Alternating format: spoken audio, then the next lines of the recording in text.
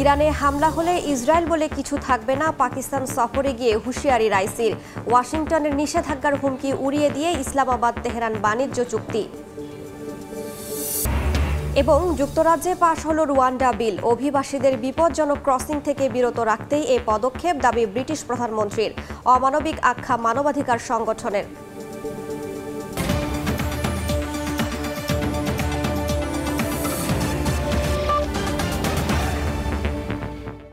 আন্তর্জাতিক সময়ের সঙ্গে আছি আমি রাইসা জান্নাত। গাজায় যুদ্ধ বন্ধের দাবিতে যুক্তরাষ্ট্রে ব্যাপক আকারে ছড়িয়ে পড়েছে বিক্ষোভ। মঙ্গলবার ফ্লোরিডার একটি স্কুল পরিদর্শনের সময় প্রতিবাদের মুখে পড়েন মার্কিন প্রেসিডেন্ট জো বাইডেন। একই দিন ওয়াশিংটন, ক্যালিফোর্নিয়া, মিনেসোটা সহ বিভিন্ন অঙ্গরাজ্যের বিশ্ববিদ্যালয়ের প্রতিবাদ জানিয়েছেন শিক্ষার্থীরা। এদিকে নিউ ইয়র্ক বিশ্ববিদ্যালয়ের 100-র বেশি শিক্ষার্থীকে গ্রেফতার করেছে পুলিশ। গাজায় ইসরায়েলি আগ্রাসন এবং গণহত্যা বন্ধের দাবিতে এক সপ্তাহ ধরে বিক্ষোভে উত্তপ্ত যুক্তরাষ্ট্রের কলাম্বিয়া বিশ্ববিদ্যালয়, ইয়েল সহ আরও কয়েকটি বিশ্ববিদ্যালয়। তারই ধারাবাহিকতায় মঙ্গলবার ওয়াশিংটনের সিয়াটেলের রাস্তায় চলে আসে হাই স্কুল এবং কলেজের শিক্ষার্থীরা। এ সময় শান্তিপূর্ণ প্রতিবাদের পাশাপাশি মত প্রকাশের স্বাধীনতার বিষয়ে জানান তারা। বিক্ষোভের মুখে পড়েন মার্কিন প্রেসিডেন্ট জো বাইডেনও। ফ্লোরিডার টাম্পায় হিলসবোরো কমিউনিটি কলেজ পরিদর্শনের সময় বিক্ষোভকারীদের প্রতিবাদের মুখে পড়েন তিনি। এমনকি প্রেসিডেন্ট কলেজটিতে বক্তব্য দেওয়ার সময় ফিলিস্তিনের পতাকা নেড়ে নিরীহ গাজাবাসীর প্রতি সমর্থনের কথা জানান দেন আন্দোলনকারীরা। একই দিন 30টির বেশি তাঁবু স্থাপন করে ক্যালিফোর্নিয়ার ইউসি বার্কলি বিশ্ববিদ্যালয়ের প্রাঙ্গণে অবস্থান কর্মসূচি পালন করেন শিক্ষার্থীরা। তবে যুদ্ধবন্ধের দাবিতে সোচ্চার থাকায় বিশ্ববিদ্যালয়ের স্বাভাবিক কার্যক্রমে যাতে বাধা সৃষ্টি না হয় সে বিষয়ে প্রয়োজনীয় পদক্ষেপ নেওয়া হয় বলে জানান তারা। অন্যদিকে একই অঙ্গরাজ্যে বন্ধ রয়েছে পলিটেকনিক বিশ্ববিদ্যালয়। বুধবার পর্যন্ত ক্যাম্পাস বন্ধ রাখার ঘোষণা দেয় কর্তৃপক্ষ। ক্যাম্পাসে তাঁবু স্থাপন করে অবস্থান করেন মিনেসোটা বিশ্ববিদ্যালয়ের শিক্ষার্থীরাও। পাশাপাশি ইসরায়েলকে অস্ত্র সহায়তা বন্ধ এবং অন্যান্য সহায়তা প্রদানকারী সংস্থাগুলোর সঙ্গে বিশ্ববিদ্যালয়ের প্রশাসকদের সম্পর্ক ছিন্ন করার দাবি জানান তারা। এদিকে ফিলিস্তিনিদের সমর্থনে বিক্ষোভকারীদের সঙ্গে একাত্মতা প্রকাশ করেছে নিউ ইয়র্কের নিউ স্কুল বিশ্ববিদ্যালয়ের শিক্ষার্থীরা। এদিন ফিলিস্তিনের পতাকা হাতে স্লোগান দেন তারা। এদিকে নিউ ইয়র্ক বিশ্ববিদ্যালয়ের 100-র বেশি শিক্ষার্থীকে গ্রেফতার করেছে স্থানীয় পুলিশ। মৌসুমী সাথী, সময় সংবাদ। মাঠ ঘাট জুড়ে রং বেরঙের টিউলিপের রাজত্ব।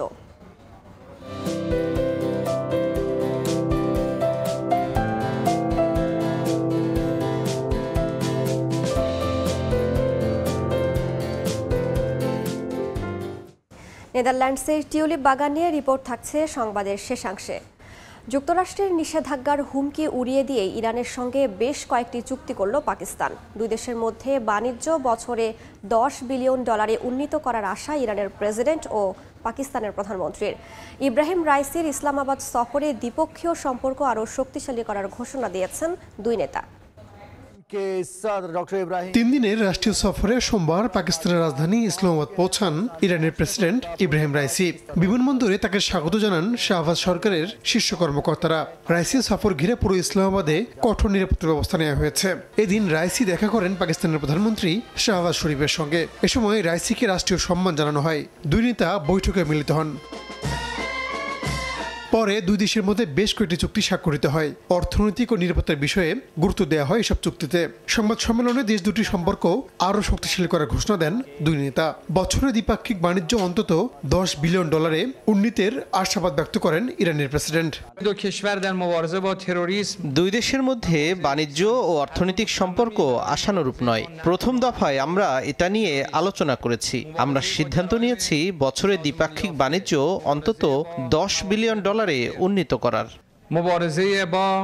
স্থানীয় গণমাধ্যমের তথ্য মতে বর্তমানে ইরান ও পাকিস্তানের মধ্যে বাণিজ্য হয় বছরে $2 বিলিয়ন। এদিন প্রেসিডেন্ট আসিফ আলী জারদারির সঙ্গেও দেখা করেন রাইসি। এদিকে ইরানের প্রেসিডেন্ট পাকিস্তানে থাকা অবস্থাতেই ইসলামাবাদকে সতর্ক করেছে ওয়াশিংটন। তেহরানের সঙ্গে বাণিজ্য চুক্তিতে গেলে মার্কিন নিষেধাজ্ঞার কবলে পড়ার ঝুঁকির বিষয়ে সতর্ক থাকতে বলেছে যুক্তরাষ্ট্রের পররাষ্ট্র দপ্তর। একই সঙ্গে যুক্তরাষ্ট্র শুধু পাকিস্তানের বৃহত্তম রপ্তানি বাজারই নয়, বরং দেশটির অন্যতম বৃহৎ বিনিয়োগকারী দেশ বলেও উল্লেখ করেন মুখপাত্র। রাহুল রানা, সময় সংবাদ। ইরানের ওপর আবারও হামলা হলে ইসরায়েল বলে কিছু থাকবে না। মঙ্গলবার পাকিস্তান সফরের দ্বিতীয় দিনে পাঞ্জাব বিশ্ববিদ্যালয়ের একটি অনুষ্ঠানে এই হুঁশিয়ারি দেন ইরানের প্রেসিডেন্ট ইব্রাহিম রাইসি। তিনি বলেন, ইসরায়েল যদি আবারও ইরানি ভূখণ্ডের ওপর কোনো হামলা চালায় তাহলে এর পরিণতি হবে ভয়াবহ, নিশ্চিহ্ন করে দেওয়া হবে ইসরায়েলকে। তবে এ বিষয়ে এখনও কোনো মন্তব্য করেনি তেল আবিব। এর আগে গেল 1 এপ্রিল সিরিয়ার দামেস্কে ইরানি কনসুলেটে হামলা চালায় ইসরায়েল। পাল্টা জবাবে 14 এপ্রিল রাতে তেল আবিব লক্ষ্য করে ড্রোন ও ক্ষেপণাস্ত্র ছোড়ে তেহরান। এরপর পুনরায় ইরানের ইস্পাহান শহরে হামলা চালায় নেতানিয়াহু বাহিনী। উত্তেজনা থামাতে বিষয়টি চেপে যায় রাইসি প্রশাসন। আনুষ্ঠানিকভাবে হামলার দায়ও স্বীকার করেনি তেল আবিব। যুক্তরাষ্ট্রের তীব্র আপত্তির মধ্যেই রাশিয়ার বিতর্কিত আকাশ প্রতিরক্ষা ব্যবস্থা S-400 মোতায়েন করতে যাচ্ছে তুরস্ক। খুব শিগগিরই ইরাক সীমান্তে এগুলো মোতায়েন করা হবে বলে জানিয়েছে আন্তর্জাতিক গণমাধ্যম। কুর্দিস্তান ওয়ার্কার্স পার্টি PKK-এর বিরুদ্ধে এই আকাশ প্রতিরক্ষা ব্যবস্থা সক্রিয় করার কথা জানানো হয়। বিশ্লেষকরা বলছেন, ইরান সমর্থিত সশস্ত্র এই গোষ্ঠীর বিরুদ্ধে আঙ্কারার এ ধরনের কর্মকাণ্ড মধ্যপ্রাচ্যে আরও জটিল পরিস্থিতি তৈরি করবে। চলতি মাসের শুরুতে Kurdistan workers party PKK drone হামলা মোকাবেলায় ইরাক সীমান্তে রাশিয়ার শক্তিশালী S-400 ক্ষেপণাস্ত্র ব্যবস্থা মোতায়েন করা হবে বলে তুর্কি গণমাধ্যমে উঠে আসে। আঙ্কারার এই বার্তা কি তবে সত্যি হতে যাচ্ছে? ইরান ইসরায়েল উত্তেজনার মধ্যে তুরস্ক খুব দ্রুত এই প্রতিরক্ষা ব্যবস্থার মোতায়েন করতে যাচ্ছে বলে আন্তর্জাতিক গণমাধ্যমে চাউর উঠেছে। গণমাধ্যমে বলা হয়, ইরাক সীমান্তে PKK বাহিনীর বিরুদ্ধে পরিকল্পিত হামলার জন্য এই ক্ষেপণাস্ত্র মোতায়েন করা হবে। আর এমনটি হলে এটি হবে রাশিয়ার কাছ থেকে S-400 পাওয়ার পর তুরস্কের প্রথম কোনো অপারেশনে এর ব্যবহার। 2019 সালে পশ্চিমা নিষেধাজ্ঞা সত্ত্বেও রাশিয়ার কাছ থেকে S-400 নেয় তুরস্ক। প্রতিরক্ষা ব্যবস্থাটি কিনতে তুরস্ক রাশিয়ার সঙ্গে আনুমানিক $2.5 বিলিয়ন চুক্তি করে। তবে আঙ্কারার আরও বেশি খরচ হয়েছে বলে গুঞ্জন রয়েছে। বিশ্বের সবচেয়ে আধুনিক ও শক্তিশালী আকাশ প্রতিরক্ষা ব্যবস্থা হিসেবে দেখা হয় S-400-কে। প্রতিরক্ষা ব্যবস্থাটি এমনভাবে তৈরি, এটি ক্রুজ ও ব্যালিস্টিক ক্ষেপণাস্ত্র প্রতিহত করতে সক্ষম। ইসরায়েলের বিরুদ্ধে ইরানের অপ্রত্যাশিত ড্রোন ও ক্ষেপণাস্ত্র হামলা প্রতিহতেও সিদ্ধহস্ত এটি, যে কারণে তুরস্কের S-400 ব্যবহার নিয়ে দুশ্চিন্তায় থাকে ন্যাটো। তুরস্ক S-400 মোতায়েন করতে যাচ্ছে এমন খবরে আঙ্কারাকে সতর্ক করেছে যুক্তরাষ্ট্র। গত ফেব্রুয়ারিতে মার্কিন নিষেধাজ্ঞা সত্ত্বেও রাশিয়ার S-400 প্রতিরক্ষা ব্যবস্থা থেকে সরবে না বলে সাফ জানায় আঙ্কারা। এদিকে অনেক বিশ্লেষক মনে করছেন, তুরস্কের এ ধরনের কর্মকাণ্ড মধ্যপ্রাচ্যের পরিস্থিতি আরও জটিল করে তুলবে। ইসরায়েল ইরান সংঘাতের জেরে নিজেদের নিরাপত্তার যুক্তি দিয়েও এই প্রতিরক্ষা ব্যবস্থার ব্যবহারের চেষ্টা করবে আঙ্কারা। তাছাড়া PKK-এর পেছনে ইরানের সমর্থন রয়েছে বলে মনে করা হয়। এদিক থেকে ইরাক সীমান্তে সশস্ত্র গোষ্ঠীটির বিরুদ্ধে তুরস্কের S-400 মোতায়েন হবে এই অঞ্চলে রাশিয়ার সবচেয়ে ঘনিষ্ঠ মিত্র ইরানের বিরুদ্ধেই মস্কোর অস্ত্র ব্যবহার। এতে অঞ্চলটির পরিস্থিতি আরও উত্তপ্ত হবে। রাইসা জান্না, সময় সংবাদ। ভারতের মানবাধিকার পরিস্থিতি উদ্বেগজনক বলে জানিয়েছে যুক্তরাষ্ট্র। মার্কিন পররাষ্ট্র দপ্তর বলছে, দেশটিতে সংখ্যালঘু নির্যাতন, সরকারের সমালোচকদের চাপ প্রয়োগ ও হয়রানি করা হচ্ছে। তবে মার্কিন বার্ষিক মানবাধিকার প্রতিবেদন নিয়ে এখনও কোনো মন্তব্য করেনি নয়াদিল্লি। গেল বছরের মাঝামাঝি থেকে উত্তপ্ত ভারতের উত্তর পূর্বাঞ্চলের রাজ্য মণিপুর। রাজ্যটিতে কুকি ও মেইতি জাতিগোষ্ঠীর মধ্যে জাতিগত সংঘাত চলছে। এতে এখন পর্যন্ত হতাহত হয়েছেন বহু মানুষ। স্থানীয় সময় সোমবার মার্কিন পররাষ্ট্র মন্ত্রণালয়ের বার্ষিক মানবাধিকার প্রতিবেদনের ভারতের মণিপুর রাজ্যের পরিস্থিতি তুলে ধরা হয়। রাজ্যটিতে সংখ্যালঘুদের উপর মানবাধিকার লঙ্ঘনের ঘটনা ঘটেছে বলে উল্লেখ করা হয় প্রতিবেদনে। এছাড়াও ভারত জুড়ে সংখ্যালঘু, সাংবাদিক এবং ভিন্ন মতাবলম্বীদের উপর নির্যাতনের প্রমাণ আছে যুক্তরাষ্ট্রের কাছে বলেও জানানো হয়।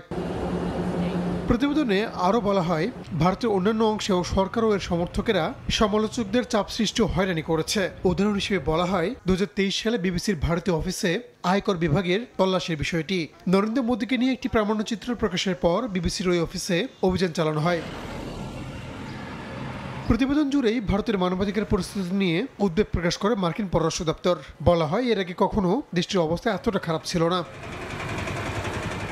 এর আগে 2023 সালে প্রতিবেদন প্রকাশের পরপরই তা ভ্রান্ত তথ্য, উদ্দেশ্য প্রণোদিত এবং ভিত্তিহীন বলে দাবি করেছিল নয়াদিল্লি। যদিও ওয়াশিংটনের এবারের মানবাধিকার বিষয়ে প্রতিবেদন নিয়ে এখনও কোনো মন্তব্য করেনি মোদী সরকার। রাহানুল রানা, সময় সংবাদ। ভারতের লোকসভা নির্বাচনে এবার নজর কাটছেন কোটিপতি প্রার্থীরা। দরিদ্র প্রার্থীরাও চোখে চোখ রেখে লড়ছেন ভোট যুদ্ধে। প্রথম দফায় ভোটে ২,০০০ প্রার্থীর মধ্যে অনেকেই শত কোটি টাকার উপরে মালিক ছিলেন। এবার দ্বিতীয় দফার ভোটে প্রায় ৭০০ কোটি টাকার মালিকও প্রার্থী হয়েছেন। ২৬ এপ্রিল শুক্রবার দ্বিতীয় দফায় ভাগ্য পরীক্ষা হবে দ্বিতীয় ধনী প্রার্থী অভিনেত্রী হেমা মালিনীরও। ভারত থেকে বিস্তারিত জানাচ্ছেন সুব্রত আচার্য। ভারতের লোকসভা নির্বাচনে দ্বিতীয় দফায় প্রার্থী তালিকায় যেমন আছেন ৭০০ কোটি রুপির মালিক, তেমনি রয়েছেন মাত্র ৫০০ রুপির মালিকও। দ্বিতীয় দফার ভোটে ১৩ রাজ্যে মোট ১১৯৮ জন প্রার্থী প্রতিদ্বন্দ্বিতা করছেন। এর মধ্যে ১১৯২ জনের হলফনামা বিশ্লেষণ করেছে দেশটির নির্বাচনী তথ্য সংক্রান্ত পর্যবেক্ষক সংস্থা এডিআর। দ্বিতীয় দফার ভোটে ৩৯০ জন প্রার্থী এবার কোটিপতি। আর এমন ৬ জন প্রার্থী রয়েছেন যাদের কোনো সহায় সম্পদই নেই। কারো হাতে মাত্র ৫০০ টাকা, তো কারো হাতে রয়েছে মাত্র ১,০০০ রুপি। তাদের নেই কোনো বাড়ি, থাকার জায়গা, এমনকি হাতের মোবাইল ফোনও। তথ্য বিশ্লেষণকারী সংস্থা আরও বলছে, শীর্ষ ৩ ধনী প্রার্থীর ২ জন কংগ্রেসের, আর তাদের নাম ভেঙ্কাটামানে গৌড়া এবং ডিকে সুরেশ। গৌড়ার মোট সম্পদের পরিমাণ ৭১৫ কোটি রুপি, আর ডিকে সুরেশের ৬২২ কোটি। আর তৃতীয় ধনী প্রার্থী হেমার রয়েছে ২৭৮ কোটি রুপির সম্পদ। দ্বিতীয় দফার সবচেয়ে দরিদ্র প্রার্থীর রেকর্ডও গড়েছেন প্রার্থীরা। আগের দফায় কোনো দরিদ্র প্রার্থী ছিলেন না। এবার মাত্র ৫০০ রুপি পকেটে নিয়ে নির্বাচনী প্রতিদ্বন্দ্বিতা করছেন মহারাষ্ট্রের নান্দের লোকসভা আসন থেকে নির্দল প্রার্থী লক্ষণ নাগরাও। ভারতের বিচিত্রময় ভৌগোলিক অবস্থার মতোই নির্বাচনগুলোতে প্রার্থীদের ক্ষেত্রেও যে নাটকীয় বিচিত্রময়তা পাওয়া যাবে, সেটা খুবই সঙ্গত বলেও মনে করছেন বিশ্লেষকরা। সুব্রত আচার্য, সময় সংবাদ, ভারত। ইউক্রেনকে আরও ৬২ কোটি ডলারের সামরিক সহায়তা দেওয়ার ঘোষণা দিয়েছে যুক্তরাজ্য। এর মধ্যে থাকবে দূরপাল্লার ক্ষেপণাস্ত্র এবং ৪০ লাখ রাউন্ড গোলাবারুদ। মঙ্গলবার স্থানীয় সময় সকালে ইউক্রেনের প্রেসিডেন্ট ভলোদিমির জেলেনস্কির সঙ্গে কথা বলে সহায়তার বিষয়টি নিশ্চিত করেছেন ব্রিটিশ প্রধানমন্ত্রী ঋষি সুনাক। এছাড়া ঋষি সুনাকের কার্যালয় জানায়, রাশিয়ার আগ্রাসন প্রতিহত করতে সর্বাত্মক চেষ্টা করে পাশে থাকবে যুক্তরাজ্য। পরে ইউক্রেনকে সবসময় সহযোগিতার জন্য যুক্তরাজ্যকে ধন্যবাদ জানান জেলেনস্কি।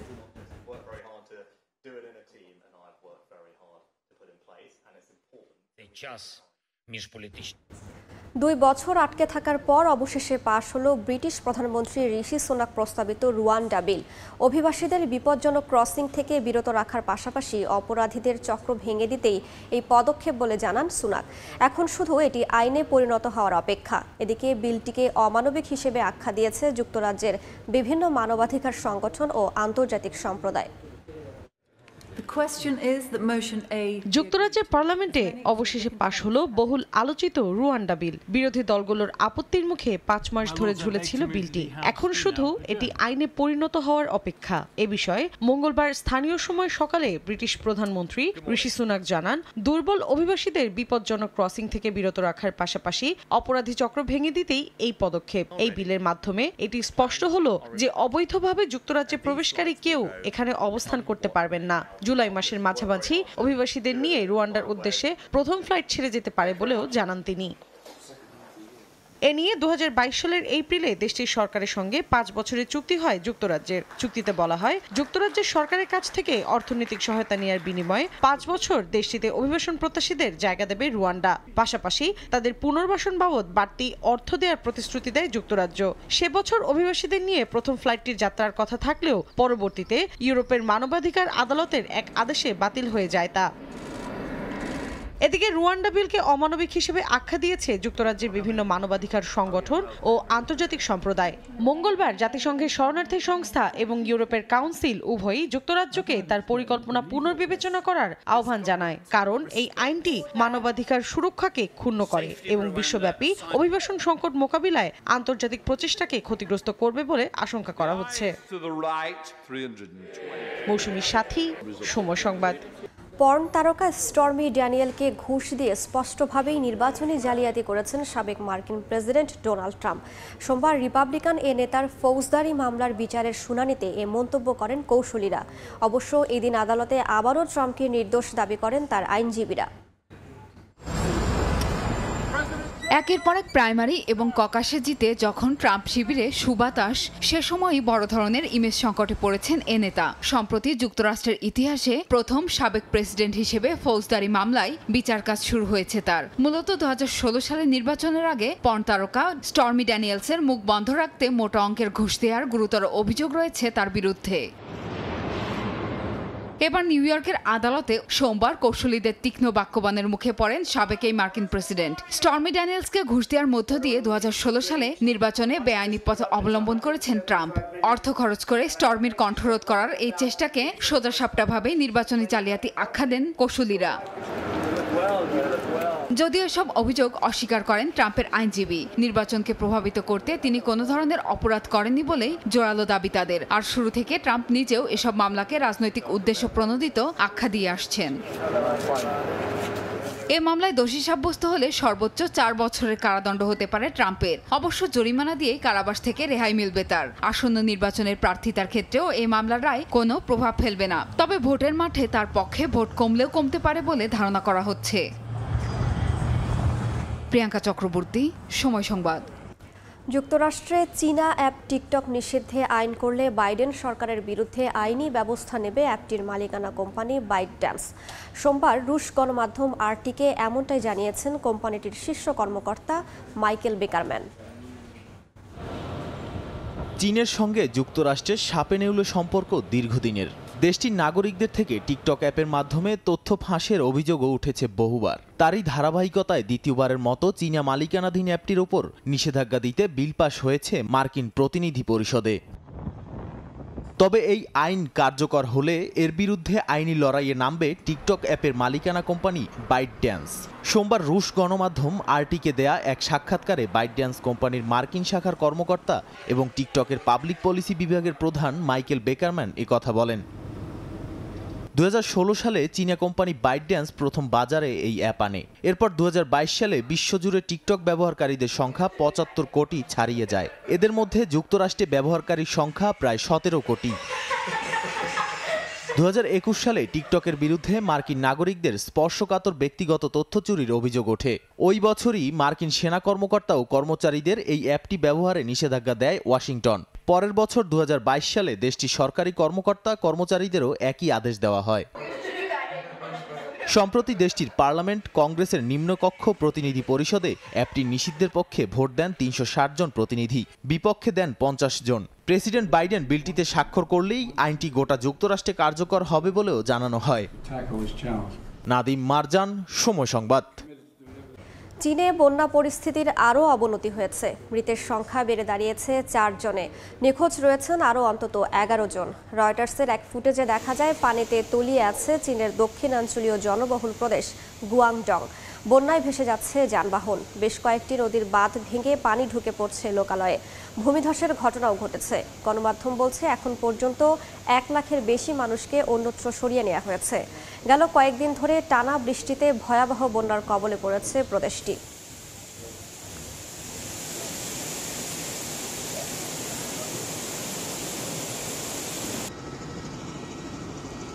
ইংলিশ চ্যানেলে নৌকা ডুবে শিশুসহ অন্তত 5 অভিবাসন প্রত্যাশীর মৃত্যু হয়েছে। মঙ্গলবার ফ্রান্স থেকে ব্রিটেনের উদ্দেশ্যে যাওয়ার পথে এই নৌকাডুবির ঘটনা ঘটে। ছোট নৌকাটিতে অন্তত 110 জন অভিবাসন প্রত্যাশী ছিলেন বলে জানিয়েছে রয়টার্স। তবে কতজনকে জীবিত উদ্ধার করা হয়েছে কিংবা এখনও নিখোঁজ কতজন তা জানানো হয়নি। উদ্ধার অভিযান চালাচ্ছে কোস্ট গার্ডের সদস্যরা। এই রুট ব্যবহার করেই হাজার হাজার অভিবাসন প্রত্যাশী ফ্রান্স থেকে যুক্তরাজ্যে পৌঁছেছেন। যাত্রাপথে অনেকের মৃত্যু হয়েছে।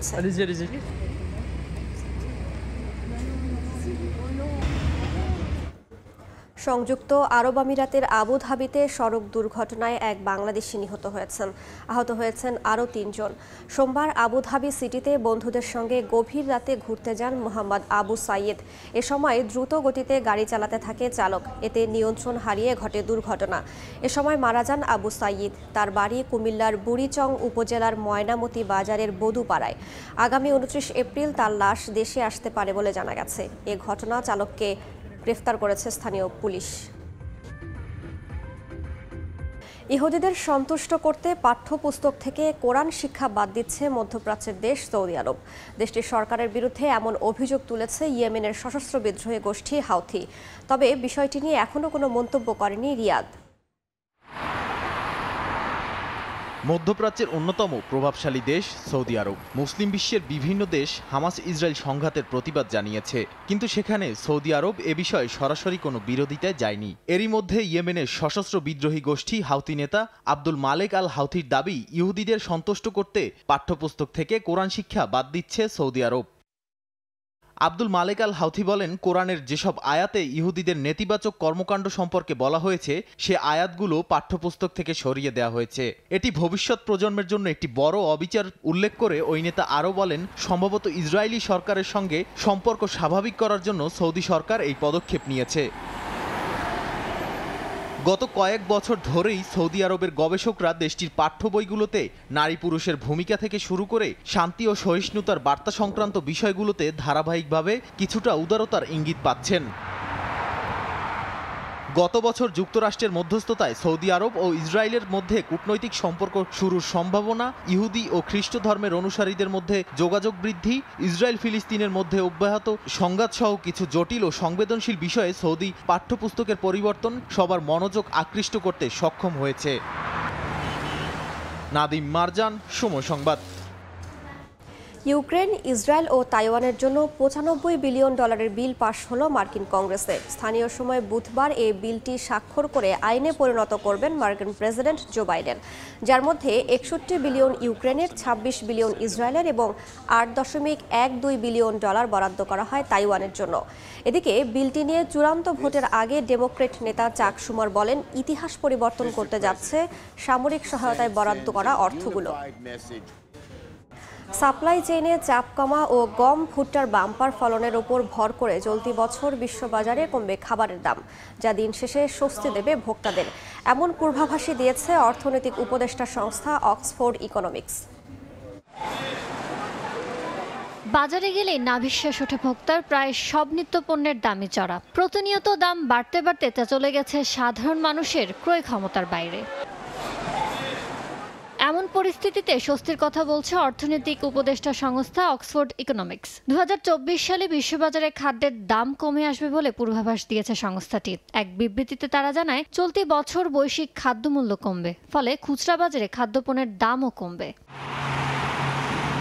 খাবারের দাম কমার ক্ষেত্রে সবচেয়ে বড় ভূমিকা রাখবে গম ও ভুট্টার প্রচুর সরবরাহ থাকা, কেননা সাম্প্রতিক মাসগুলোয় ফসল দুটোর বাম্পার ফলন হয়েছে, এতে কমতির দিকে রয়েছে দাম। ফ্যাক্টসেটের তথ্য বলছে, বছর ব্যবধানে গমের দাম কমেছে 10% আর ভুট্টার 6%।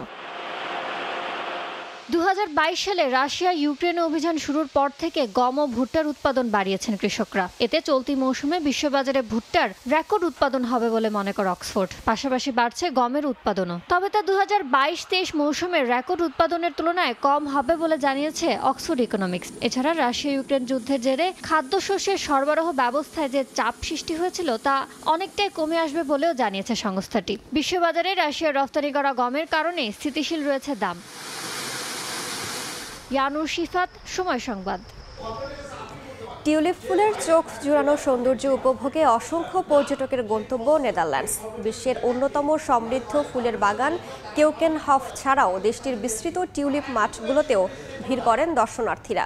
হরেক রঙের টিউলিপের সৌন্দর্যে মুগ্ধ আগতরা। নেদারল্যান্ডস থেকে রেজওয়ানা কাব্যের ক্যামেরায় তারিকুল হাসান আশিকের রিপোর্ট।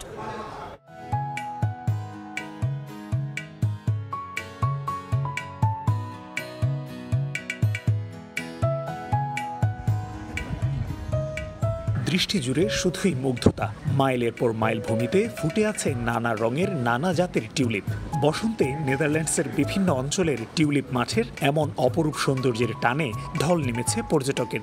মোহনীয় এই দৃশ্য উপভোগের পাশাপাশি এই স্মৃতি সংরক্ষণেও কমতি নেই উৎসাহ উদ্দীপনার। চলছে নানা সাজে নানা ঢঙে ছবি তোলা। মাঠের সৌন্দর্য তো বটেই, ইউরোপের বাগান হিসেবে পরিচিত কেউকেনহফ মুখর অসংখ্য পর্যটকের পদচারণায়। 80 একর জায়গায় ফুটেছে প্রায় 100 প্রজাতির টিউলিপ। প্রতি বছর কেউকেনহফেই রোপণ করা হয় 70 লাখের বেশি চারা। টিউলিপের এত প্রজাতি বিশ্বের কোথাও দেখা যায় না বলে জানান বাগানটিতে ঘুরতে আসা পর্যটকরা। I think the Keukenhof is probably one of the most stunning flower displays I've ever seen. There's a lot of pensive thinking to go on here. You can look and stare at even these little beds here, and you'll find and discover things that you didn't even notice. You can't just walk by them. The longer you stand here and think, the better. I would say it's very beautiful. It's colorful. I would say, yeah, it's much people there, but the flowers are wow. কিউকেনহফ ফুলের বাগানে শুধু টিউলিপই নয়, রয়েছে cherry, daffodil, lily সহ আরও অসংখ্য ফুলের সমারোহ। মার্চের মাঝামাঝি সময় থেকে মধ্য মে পর্যন্ত প্রতি বছর কমপক্ষে 15 লাখ পর্যটক কিউকেনহফ গার্ডেন ভ্রমণ করলেও এবছর এপ্রিলেই সে সংখ্যা ছাড়িয়ে যায় বলে জানান বাগান সংশ্লিষ্টরা। ইউরোপের বাগান নামে পরিচিত কিউকেনহফ বিশ্বের অন্যতম বড় বাগানগুলোর একটি। মার্চের মাঝামাঝি থেকে মের মাঝামাঝি সময় পর্যন্ত এটি যে রূপ ধারণ করে, এটিকে পৃথিবী বুকে এক টুকরো স্বর্গ বলতেও দ্বিধাবোধ করেন না পর্যটকরা। তাই সকাল থেকে সন্ধ্যা পুরোটা সময় জুড়েই পর্যটকদের পদচারণায় মুখর থাকে এই বাগানটি। তারিকুল হাসান আশিক, সময় সংবাদ, কিউকেনহফ, নেদারল্যান্ডস। আন্তর্জাতিক সময়ের শীর্ষ সংবাদ জানিয়ে দিচ্ছি আরও একবার। ইরানে হামলা হলে ইসরায়েল বলে কিছু থাকবে না, পাকিস্তান সফরে গিয়ে হুঁশিয়ারি রাইসির। ওয়াশিংটনের নিষেধাজ্ঞার হুমকি উড়িয়ে দিয়ে ইসলামাবাদ তেহরান বাণিজ্য চুক্তি।